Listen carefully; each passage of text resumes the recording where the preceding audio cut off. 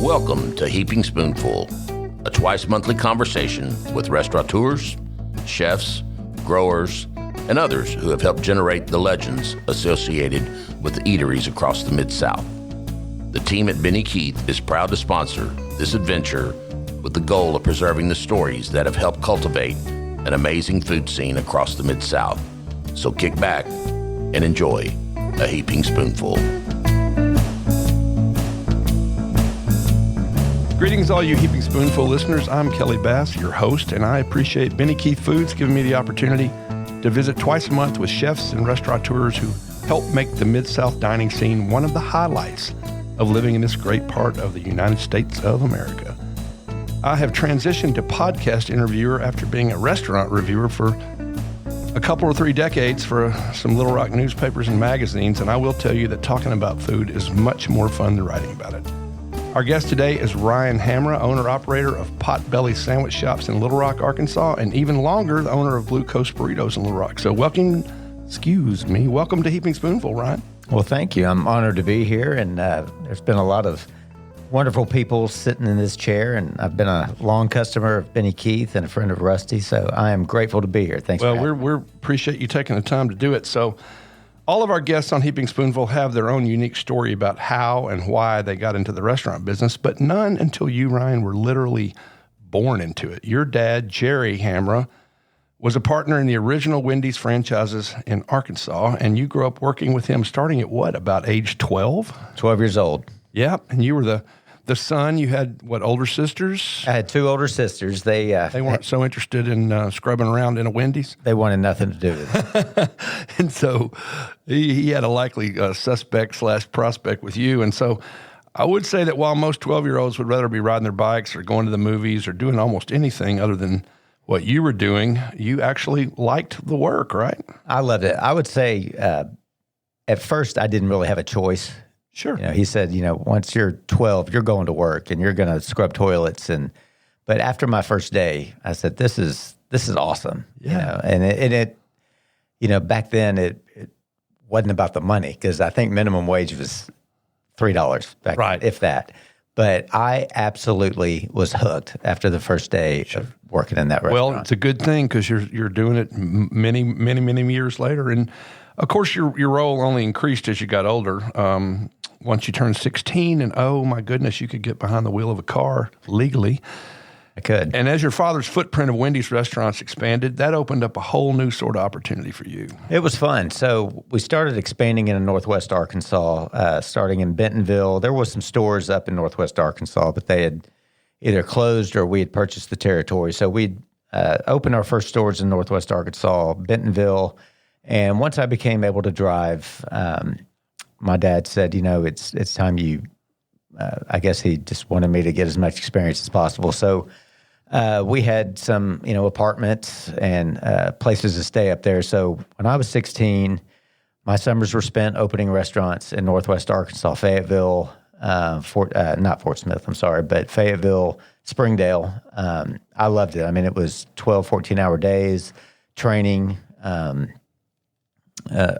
anything you could do to open a brand new restaurant at the time, I was experienced. And of course, your father's sitting there watching, not sitting there, obviously. He was watching you and realizing you're learning the business from the ground up, and would lead on to you continuing in that business for sure. And so even as a high school student, and you were going to Little Rock Catholic High School. Yeah, go Rockets. Yeah, I know. They had a great season this season. What a season. I know. And you thought more about work than school. But, we're learning the business from a master, your dad, and being groomed to someday take over.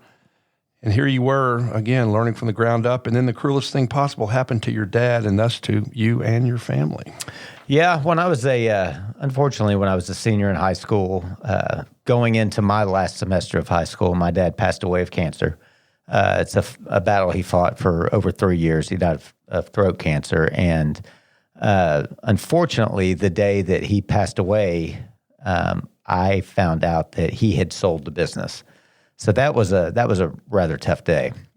Yeah. In more ways than one, but primarily because you lost your dad, obviously. Yeah. I mean, much rather have my father around than any business. But, he was smart. He was taking care of his family. He was smart enough to negotiate the sale of Wendy. He knew he wasn't going to make it. That's something I just couldn't understand and was never able to accept. But he was grooming me from the time I was 12 to run a family business. And my grades in high school just didn't reflect that because I went from school to work to whatever, and I just didn't care much about what academics had in mind for me. But he was smart enough he knew how much I cared about it. And he negotiated a clause in there that if a time ever would come that I was interested in getting back into Wendy's, there would be a territory in Arkansas that I would be able to get into, and that would be the Fort Smith area later on down the line. If I were able to get in and get an education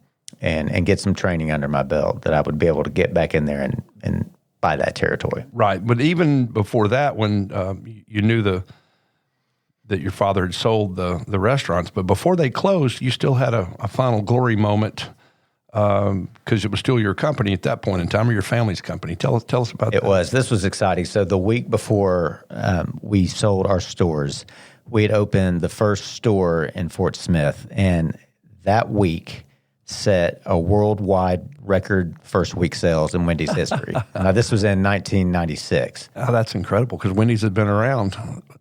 And yeah, and again, you at that point, you knew you had an opportunity potentially someday to come back into a Wendy's, but that was your swan song for the time being. And what a way to go out, setting a world record for first week sales. Yeah, my dad, back in the day, and Wendy's is still a great company. We had opened that Bentonville restaurant was the 5,000th Wendy's.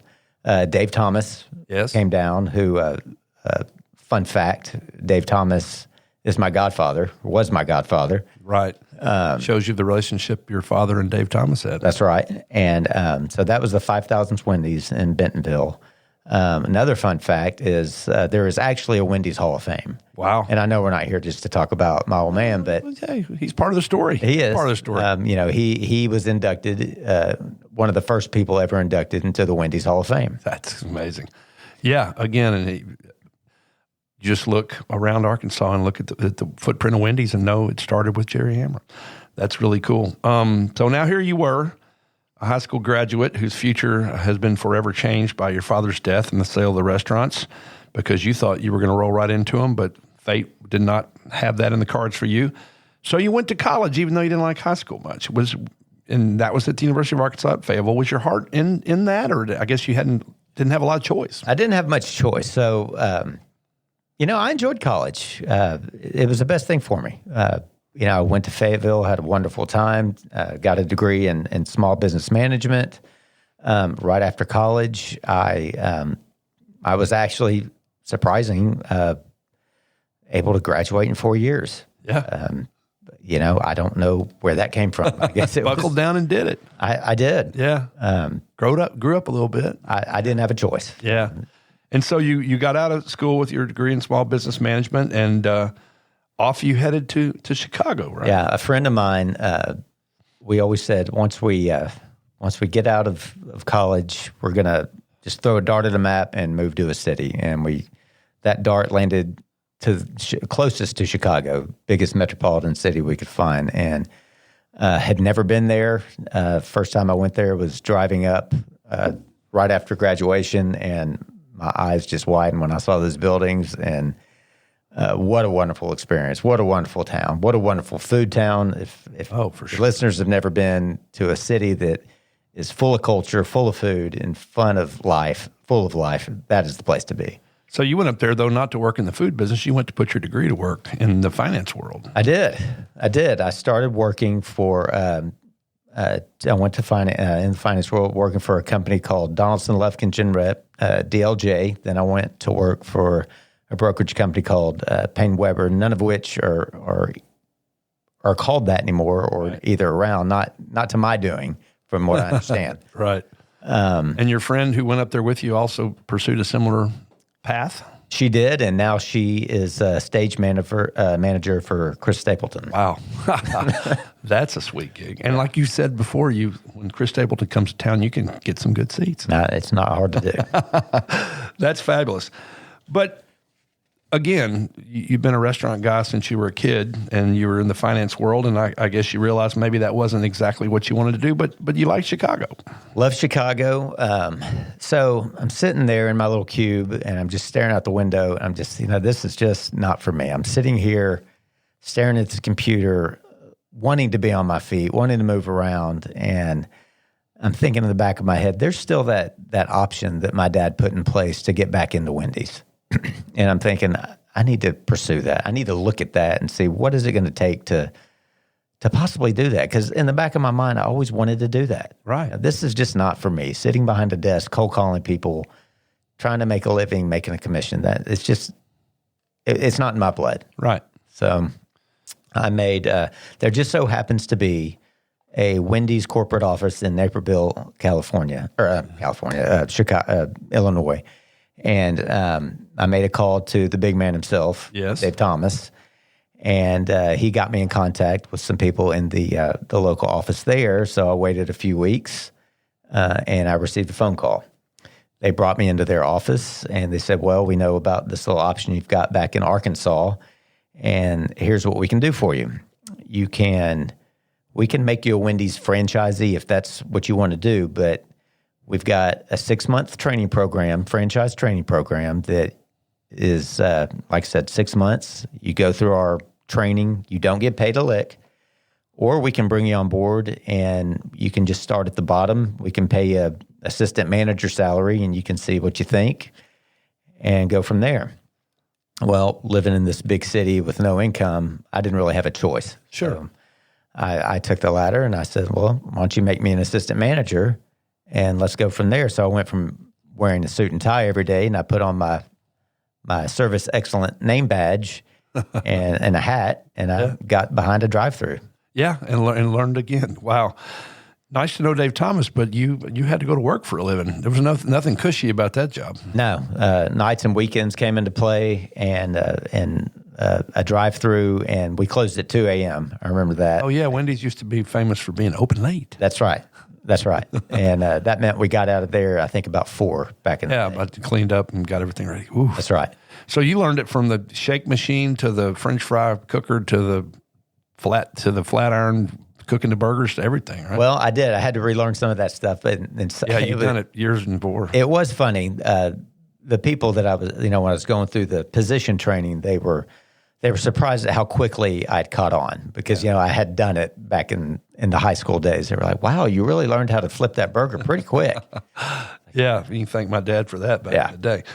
So how long did you moved around? And you said you went from assistant manager to up in the chain a little bit. So, I really enjoyed it. I found a calling in what I was doing. So they had a couple of different levels of assistant manager. So I worked my way from assistant to general manager, and then I started opening stores for them. And I did that for a couple of years. And then it came to the point where I felt that I'd learned everything I could. And I said, it's time for me to go and research this option. And that option was the Fort Smith territory. My dad at the time thought, and he was right, that Fort Smith would be the territory of growth when we sold our stores, and he wasn't far from that. So I moved back to Arkansas and started researching that Fort Smith territory that included at the time 3 stores in Fort Smith and Van Buren. Right. So what did you find out? What did you find when you went to check out those stores? Well, I loved the area. I thought it was great. And at the time, I was also intrigued. So fast casual during this time was really up and coming. Right. Subway was doing a big campaign with that guy that was really big and was eating sandwiches every day and lost a bunch of weight. Chipotle had been around a little bit, and this was that time when you could build your food right in front of you and you saw the ingredients that was going in your food and you knew exactly what you were eating. So that really intrigued me at the time. And then Wendy's bought a company called Baja Fresh. And I loved it. I had eaten it somewhere on the West Coast at the time. It's like, this would be a great opportunity to bring something new to Arkansas. And I always wanted to bring something myself that we didn't have here. I was like, I could piggyback off what we already have. Or I've always had ideas in my head of something I wanted to do myself, but, well, you can stick with what works as well. So I researched the areas in Fort Smith, and it came down to, well, I don't know anybody here as well. The stores were doing okay, but they were already there. Right. And I didn't have a footprint on it, and it didn't have me in it. Sure. And I was like, I might just pass on this. I've got this restaurant experience, and I didn't want to really, at the time, I was kind of done with that late night drive-through. Yeah. Like, that's kind of a headache at the time. Well, that kind of also cramps your style for having any kind of social life. Well, and it did. It did quite a bit. It was tough being, how young I was, 25 or so at the time in Chicago, and working till 4 o'clock in the morning. Well, I mean, you're in that beautiful city and you're 25 working a drive-through. I mean, no complaints, but I'm going to complain. Yeah.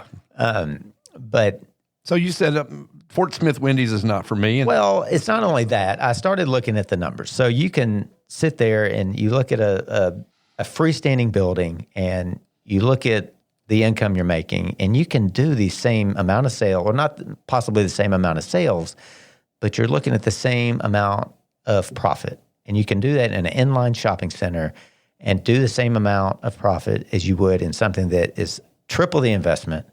Why not do that something that's inline, that you might not have a drive-through, lower labor, less employees?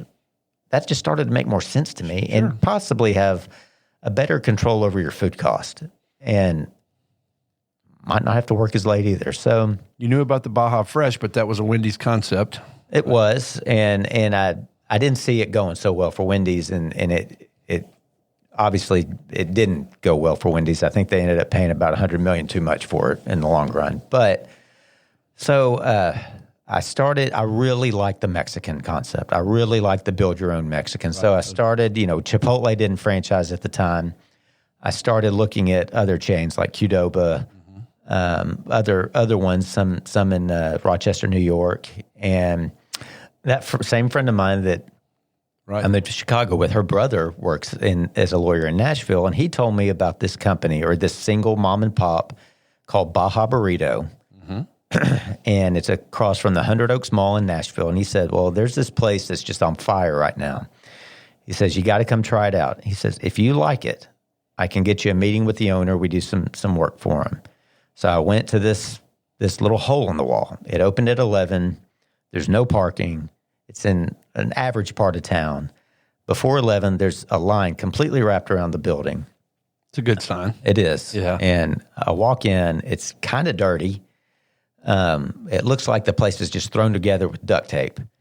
And I go in and I taste this food, and it's absolutely the best out of any of them I've tried. Right. Out of Chipotle, Qdoba, Baja Fresh, any of them. And I called my friend's brother. I said, you've got to get me in a meeting with this owner. So it just so happens the next day at the Pancake Pantry in Nashville, I met with Troy Smith, the owner, and his father, Doug Smith. And they said, we have this concept, Baja Burritos, just this mom and pop, and who Troy was just, it was his baby. He was tied to it, and he just wasn't going to let it go. But he said, I want to franchise this thing. I've got tons of people all over town that want me to do it, that want to buy the recipes, that just love it, and I just don't know how to do it. And I said, well, I've got operation experience, and I could possibly come on board, or I'd love to come on board and fine-tune what I've seen. And the talks go on, but so for 6 months we talk, and we finally come to an agreement, and I went on as the original director of operations for what we then formed Blue Coast Burrito. Right. We had to form Blue Coast Burrito because we couldn't use Baja Burrito outside of the state of Tennessee. So we did that, and it was slow going. Troy just he would not let go of that. We couldn't get a corporate store built in Nashville. He just wouldn't let go of. He wouldn't let us have cheese dip on the menu. I was like, "We're in the South, man. We gotta have I understand it's a West Coast theme, and they don't have that out there, but Trust me. we got to have it. Yeah. So his father and I, who kind of saw on my level, said, why don't you and I go to Memphis and franchise our own Blue Coast there? So Doug, his father, and I, we actually went to Memphis, close to a spot at the University of Memphis, and it was on Walker Avenue, right across from Brother Juniper's. Yeah. If you've ever been there, great little breakfast spot there. And that was in, I believe, 2004. And we opened that. That took a little time to get going. It was, University of Memphis is a big school, but it was a commuter school. Right. And took some time to get going, and we introduced catering. That's when I kind of found out about catering, the catering game. And it took about 7-8 months to get its name out, and then we got a great write-up in the Commercial Appeal. Yeah, Memphis newspaper, sure. And great write-up, and that started things going there. Cool. So you're still not back in your home state yet. So how long was it before you brought the concept to Little Rock? August 1st, 2005. Okay. I opened the first Blue Coast here in North Little Rock. Maintain a stake in the one in Memphis, or did you sell out of that? No, I ended up selling out of those and just focused on, and then I saw kind of the writing on the wall where Blue Coast Corporate, which is still around and they're doing fine, but I just wanted to, I wanted to be back here. I wanted, I had a girlfriend here who's now my wife, and I wanted to set residence here and get my name out here. Sure, make your own mark in your own town. I did, and so I opened shop here in North Little Rock, across from Walmart on East McCain. Built a shopping center down there, and been there 17 years. Yeah, high traffic area. That's great. Well, listen, thanks everybody for listening to this episode of Heaping Spoonful with our guest Ryan Hamra. We will be back just a minute. I hope you're enjoying this episode of Heaping Spoonful. We at Benny Keith Foods enjoy talking about the food scene almost as much as we enjoy providing the top quality ingredients that help restaurateurs and chefs across the Mid-South create their magic. Now let's dive even deeper into the culinary world with your host, Kelly Bass. Welcome back to Heaping Spoonful and our conversation with Ryan Hamra. So explain Blue Coast Burrito to our listeners, because it's much more. The name of the place is Blue Coast Burrito, and it's got great burritos, but it's much more than burritos. Tell folks about it. Well, it is a West Coast style Mexican restaurant. Our notable item is probably our fish tacos. Right.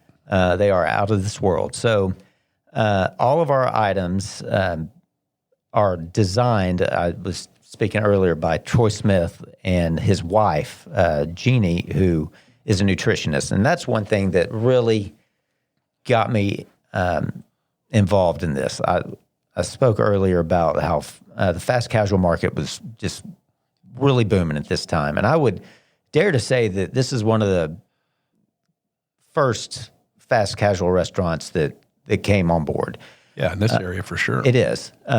So his wife, Jeannie, is a dietitian. That's what really sold me on these recipes. So everything, they did their research. They bought a lot of their recipes from some farmers in Mexico, tied it to some of their learnings as far as being a dietitian. We used brown rice, a little bit healthier, but it is a West Coast theme. I mean, a little bit of cilantro. It has a West Coast feel to it, and a beachy atmosphere. Fish tacos is definitely a West Coast type thing, but it is made in front of you. You tell us what you want in it. We have different flavor tortillas: chipotle, spinach, wheat, flour, obviously. All of our sauces are made from scratch. We grill our jalapenos, our tomatoes, and our onions on a flat iron grill and grind that up, and that's our sauce. So our most popular sauce is our pineapple sauce. Oh yeah, outstanding, great on other things besides your burrito, of course. But it's just been going strong, and it took a while for it to get its legs. I mean, it was a concept that was, completely foreign around here when we opened. I mean, we didn't have ground beef, and so you're coming into a Mexican restaurant. There's no ground beef. And everybody wants ground beef, and I'm not going to put it on here. I can't. No. I can't divulge from what our true nature is here. So, and then putting sour cream, something cold, and cold lettuce on a warm tortilla. And people are coming up and like, my burrito is cold. Well, it's not. It's supposed to be that way. But after 17 years, we have got such a big following, and the store's doing better than ever. And I'm so proud of it. And I've got such a great staff over there, and they're like family. I mean, they run that store, and you see the same employees now that you did, 4 or 5 years ago. Well, that's a testament to how you've treated them and how they like working with each other and also with your customers. But so meanwhile, if we just only had the Blue Coast Burrito story to tell, that would be well worth having a Heaping Spoonful episode on that. But when you were in Chicago and you were corporate finance man working at those firms, you had to go eat lunch. And there was a place that you liked to eat lunch there called Potbelly. Potbelly, a good sandwich. And you ate them a lot when you were up there. I did. I had it for the first time when I was at DLJ. Yep. And the first time when I had my first bite with those hot peppers, I remember somebody asked me, we're going to get Potbelly. I had no idea what it was. And they just asked me, do you want hot peppers on it? I said, sure. I just thought that was a Chicago thing, which it kind of is. And I had my first bite, and I was blown away. Yeah. And I said, this is the best sandwich I've ever had. And so at the time, there was only a handful of Potbelly restaurants in the Chicago area, mostly downtown. And any chance I got, I would get. It was mainly a Monday through Friday place, these Potbelly restaurants. They're downtown, sure. They were. And on the weekends, I would go and get them. And it was easy to get into then. But if you were Monday through Friday, lines, and they still are, lines wrapped around the building, you can't get in. So you kind of kept an eye on that over the years and kind of thought about what it might be like if you could put one of those in Arkansas. But they weren't buying that. They weren't. So when I moved back here, you could go onto a company website and submit, hey, I want to franchise this if you're ever interested. So I did that a lot. And in 2011, they did start franchising. So I did start doing that again. And they just never got back to me. So I found someone in Chicago, and they're based out of Chicago, obviously. So I found someone that was able to get in touch with their director of franchising. And he finally got back to me, and I said, well, here I am, Ryan Hamra. And he goes, look, kid, we know who you are. Yeah. We've seen all your stuff on our website. Yeah. So I told him my story. I'm like, live there. I love your product. Here's what I do now. I think Little Rock would be a great market for it. So, we're not going to tell you yes. We're not going to tell you no. We've got to do some research on you. And we got to put you through the ringer. And that's what they did. They put me through a 6-month interview process where I had to go up there for meetings to Chicago. I had to go work for them for a full week. Wow. They put me for 60 hours. That's what they do to all their potential franchisees. You go work for them for a full week of 60 hours just to see if you can cut it, which I love that. Well, yeah, you've been there, done that. I love it. Yeah. So that's cool. So finally they said, okay, you passed the test. You cranked out your 60 hours. You've got a great background in this business. You're doing a great job with Blue Coast. We're going to let you have a Potbelly. They did. And so that's the one you opened in the Lion Building in downtown? No. I opened University that's right. October 1st, 2014. Okay, October 1st, 2014. Did it also take a while to get its legs, or did people pretty quickly understand what No, it took a bit. I thought it would catch on a little quicker, but around here people thought it was barbecue. Oh, because of the name of the company. Because of the name of the company. And people also spell it two words, pot and then belly, when it's one word. Yeah, that's interesting. And so tell people who aren't familiar the difference in a Potbelly sandwich, because we have lots of, you mentioned Subway earlier. We have Jimmy John's. We've got lots of different sorts of sandwich places. But tell them how a Potbelly sandwich is different than those sandwiches. Well, I could sit here and tell you, we use the best quality ingredients and all that kind of stuff, which we do. Both Blue Coast and Potbelly do.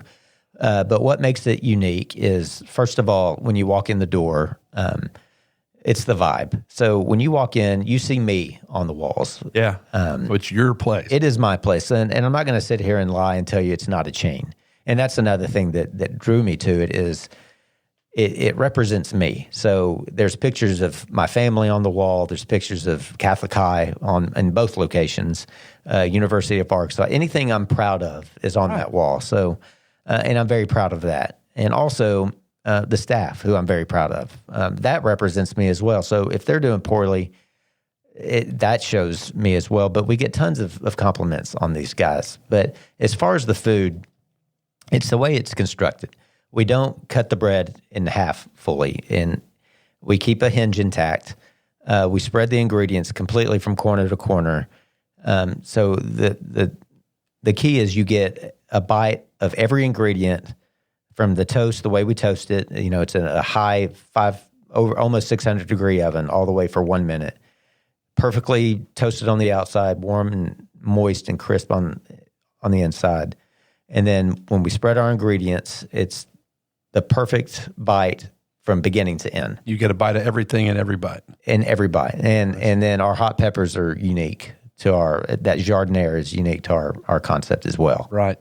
And you got a lot of different kinds of sandwiches and a ton of choices, but the signature sandwich is called a wreck. A wreck. Salami. And I've told you earlier, I go to a monthly meeting where your sandwiches are served.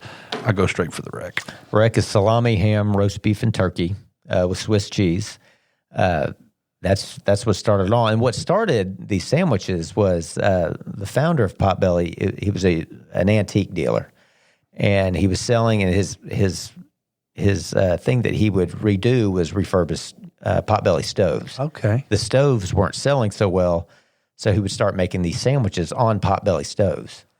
And then the sandwiches started selling better than the stoves, hence Potbelly sandwich. Yeah, there's quite a few stories about how somebody turned a little market into a sandwich shop that turned into a full-fledged restaurant. Those are the best stories. Like Homer's. Homer started at the Lucky 7 Superette in downtown Little Rock, and Homer started making sandwiches, and now there's 2 restaurants and people flock to them. But yeah, so that's really cool. So things are going well for you and your ventures, Blue Coast and Potbelly, and I hope you're proud of how things have turned out after the future you foresaw and had reason to expect.